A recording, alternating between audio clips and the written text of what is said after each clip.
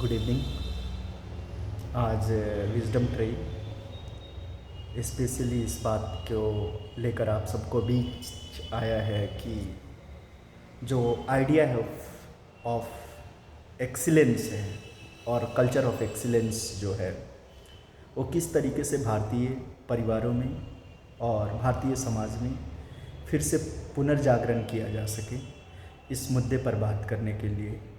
मैं यहाँ उपस्थित हूँ। ये basically wisdom tree educational institute Delhi का एक अनोखा पहल है। इसकी शुरुआत रंजीत कुमार द्वारा किया जा रहा है। इसमें हम आपको ये चीज़ बताने का कोशिश करेंगे कि किस तरीके से भारतीय समाज जो है हमेशा से शिक्षा और इंसानियत की एक नई और आप ये कह सकते हैं कि अद्भुत उदाहरण रहा है, जिसे कहीं ना कहीं इस परिस्थिति में छूटा है। मैं आपको एग्ज़ाम्पल देना चाहूँगा दो परिवारों का, जिन्होंने किस तरीके से अपने परिवार के नॉलेज सिस्टम को एक जनरेशन से दूसरे जनरेशन की तरफ ले गए हैं। उसमें पहला जो परिवार है वो मैं एकेडमिक्स लाइन से उठाता हूँ, जो सभी के इंस्पिरेशनल है, डैट इज़ MS स्वामीनाथन। आप जान रहे होंगे कि स्वर्गीय MS स्वामीनाथन जी को भारत रत्न से भी नवाजा गया, और इस चीज़ को सभी जानते हैं कि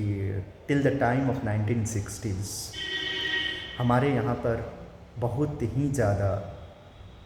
भूखमरी और आप ये कह सकते हैं फूड सिक्योरिटी नहीं था। Even we were not having the accessibility,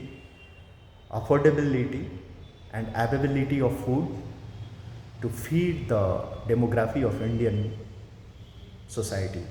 but उसमें जो स्वामीनाथन, MS स्वामीनाथन जी का सहयोग है और भारत के प्रति जो सोच रहा वो अद्भुत रहा।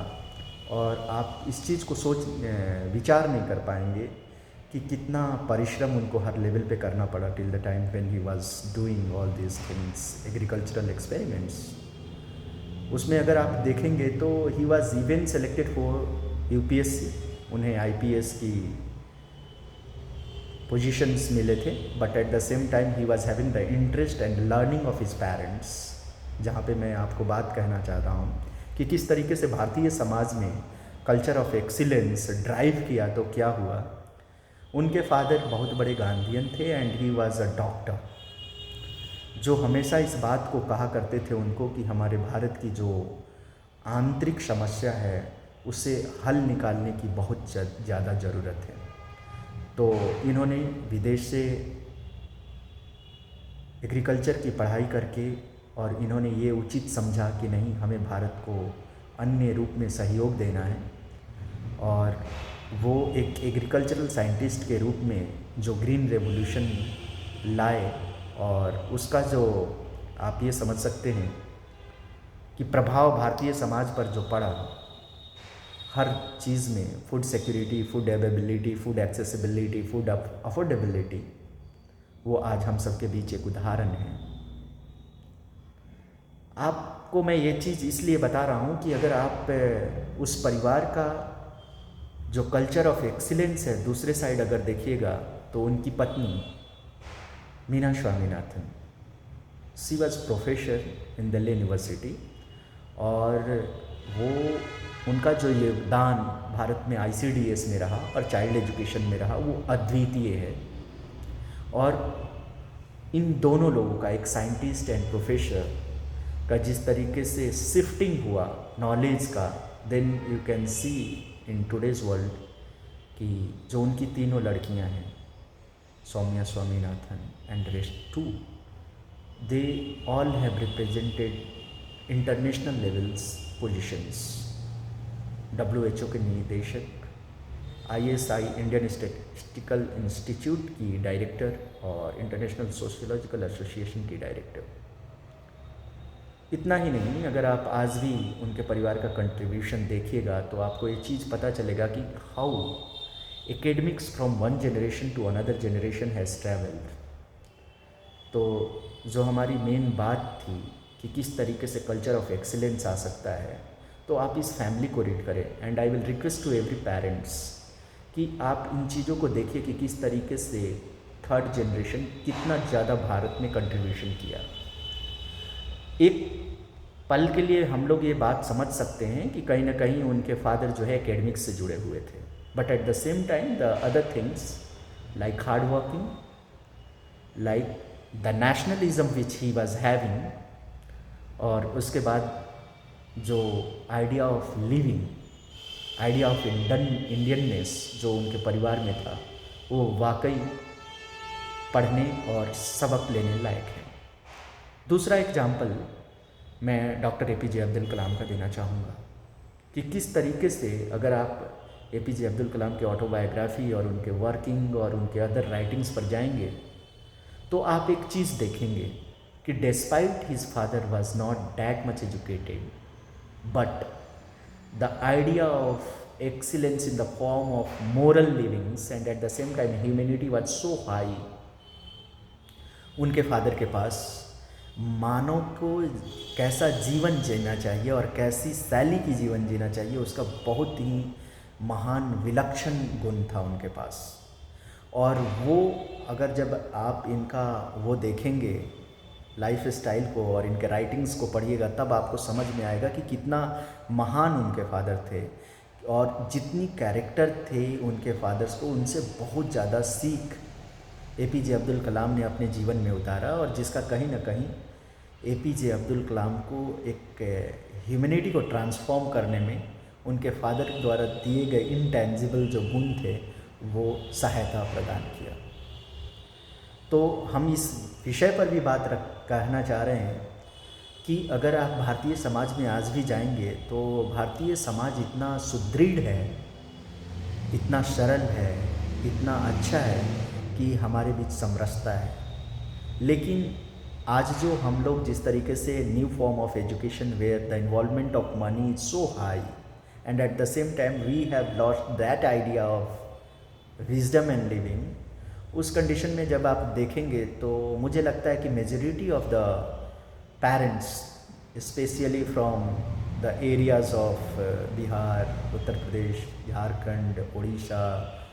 Rajasthan, Madhya Pradesh and even in the south, तो पेरेंट्स के पास जो परिश्रम करने का गुण था,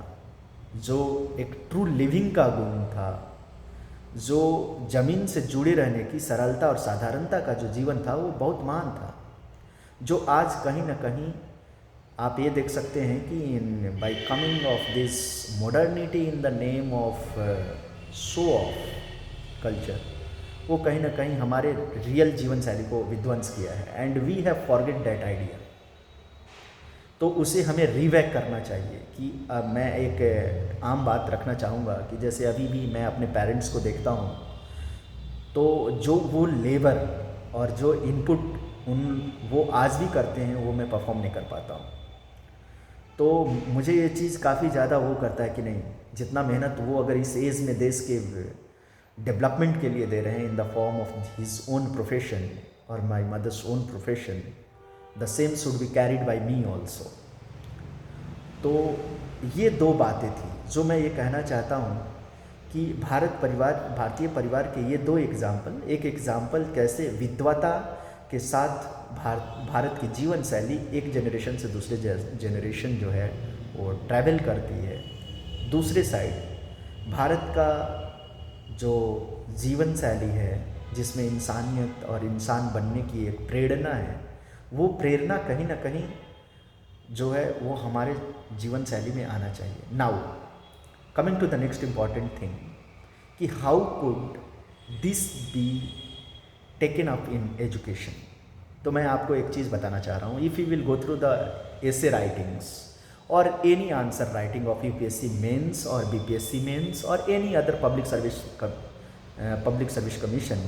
or even in the interview, what you will find that if you will be having the real knowledge and if you will be having the idea of integrating your experiences and knowledge, which is so called the praxis knowledge, that will somewhere help you in writing good and practical answers and you will fetch very better marks through this. और even आपका even if you will go in interview of any examination, आप किसी भी अगर exam के interview में जाते हैं, तो अगर आपकी क्लैरिटी ऑफ थॉट है, कंसेप्ट्स है, एंड आप जो कर रहे हैं उसका अवेयरनेस है, तो that somewhere help you in giving a very good interview. और मैं आपको इस चीज़ को बता सकता हूँ कि जैसे मैंने जब बीपीएससी मेंस लिखा था, तो पेपर 1 में मेरे 202 नंबर थे। तो ये अप्रोच इसलिए आ पाया था because I was having a very good idea of integrating my own experiences and my own learnings which came in to the notebook during the examination. तो आप लोगों को ये चीज़ बताने की ज़रूरत इसलिए पड़ रही है कि जो आपने आइडिया, इंटेंजिबल जो आपके पास क्वालिटी है, जो अपने पेरेंट्स से आपने लिया है, उसको इंटीग्रेट कीजिए। जो आप नोटबुक में पढ़ रहे हैं, जो आप new experiences across the world पढ़ रहे हैं, उसको आप लिखने की प्रयास कीजिए, उसको इंटीग्रेट करने की प्रयास कीजिए। और जो लोग अपने बारे में सेल्फ अवेयरनेस ज़्यादा है, जिनकी मतलब अच्छी खासी है, if you will find their writing skills, you will find a difference from those who are only reading and mugging things। तो ये आप स्किल्स को सीखिए कि कैसे जो हमारी डेली की लर्निंग है वो इंटीग्रेट हो सके आंसर राइटिंग्स में, and even in the idea of presenting your self in the verbal form, because this will give you a very good idea to know yourself, and this will somewhere help you even in SSB of NDA examination, CDS, OTA, FCAT, and all kind of interviews. So this was the motive of behind this making the video। तो आप सभी से अनुरोध है इस चीज़ का कि try to integrate that knowledge base of Indian society and family, and never think that कि मेरे पेरेंट्स तो एजुकेशन से नहीं रहे हैं, he was not literate and all, then how could I take up bring the idea of excellence at your home. Actually जो चीज़ है, जो इंटेंजिबल वे ऑफ एक्सपीरियंसेस है, जो जिसका इस्तेमाल आप ऐसे राइटिंग में, एथिक्स राइटिंग में, क्रिएटिविटी में, और eight the same time practical writing में ला सकते हैं,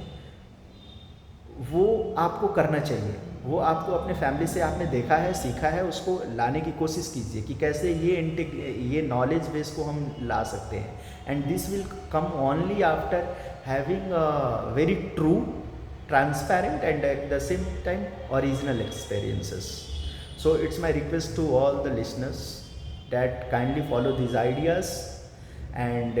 try your level best to bring your family system in education kind of thing, where your learning and learnability should always enhance। So ये wisdom tree educational institute का एक अनोखा प्रयास है कि किस तरीके से parenting and at the same time learning at home could bring and make India a knowledge society। और इस पहल की एक शुरुआत हुई है। आप सबसे अनुरोध है कि आप इस पहल में सहयोग दें, और जो भी विशेष टॉपिक आपको लगे, उस टॉपिक को कमेंट बॉक्स में आप लिख सकते हैं। And kindly subscribe the channel so that we could try our best to make India a nation where our knowledge system can give a direction to all kind of people, because we know very well कि हमारे स्वतंत्रता सेनानी जितने भी थे, या even if you will go through the people those who have contributed in making India great, उनका concern ये था। जैसे मैं एक एग्जांपल दूं कि विश्वेश्वरैया जी का 1921 का लिखा हुआ किताब रिकन्स्ट्रक्टिंग इंडिया, उसमें उन्होंने ये कंसर्न जाहिर कर रखा था कि अगर भारतीय समाज इतनी भूखी और ऐसी परिस्थिति में रहेगी तो वो देश कैसे स्ट्रॉन्ग बनेगा। तो आज ये हम सबकी एफर्ट्स होनी चाहिए कि कैसे इंडिया महान बन सके, और उसके लिए ये बहुत ज़रूरी है बौद्धिकता का, इंसानियत के साथ, और eight the same time resource development के लिए, इंफ्रास्ट्रक्चर डेवलपमेंट के लिए एक इंटीग्रेटेड अप्रोच डेवलप होना। जैसे we can see nowadays that we are having a very good economy system, but at the same time now we are degrading in the moral and humanity kind of thing. तो हमें उसे reconstruct करना चाहिए। We should reconstruct our Indian moral system and Indian humanity. And hopefully आप सभी लोग को ये वीडियो अच्छा लगा होगा। तो आपसे उम्मीद है कि आप कोशिश करेंगे कि किस तरीके से जो घरों में नॉलेज सिस्टम है उसको अपने प्रैक्टिकल अप्रोच में ला करके भारत की समस्याओं का आप निदान दे सकें। And thank you for watching this video. Kindly subscribe the channel, and if anyone wants to make any points, they can go in comment box and they can make the points. Thank you.